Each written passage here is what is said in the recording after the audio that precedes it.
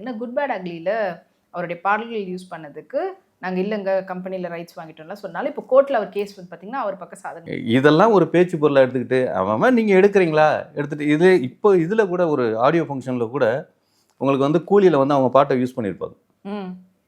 ஆமாம், அதுக்கு வந்து பர்மிஷனுக்கு தரலகர்லாம் ஒரு பேச்சுவார்த்தை வந்தது அப்படின்னு அதை அப்படியே நாசுக்கா ஐயா ரஜினி ஐயா ஒரு குத்துட்டு போயிருப்பார். இவர் ஒரு பழைய கதையை சொல்கிறாரு. இவர் பழைய கதைன்னா தண்ணி அடித்த கதைக்கு பேச வர்றாரு. இவர் தண்ணி அடித்த கதை பேசுனா தண்ணி அடித்த கதை மட்டும்தான் சொல்லிட்டு போனோம். அந்த டேட்டில் ஒரு ஒரு ஒரு சின்னோண்டு ஒரு சுமால் பீர் அடித்ததுக்கே இவர் அந்த அலப்பறை பண்ணார்னா அதோட பேசிட்டு போயிருக்கலாம். ஐயா லவ் தெரியுமா, கதையெல்லாம் எல்லாம் லவ் தான், அத்தனையும் லவ் தான் அப்படின்ட்டு போனால் நீங்கள் என்ன சொல்ல வர்றீங்க மக்களுக்கு? இந்த குத்து எதுக்காக குத்துறீங்க?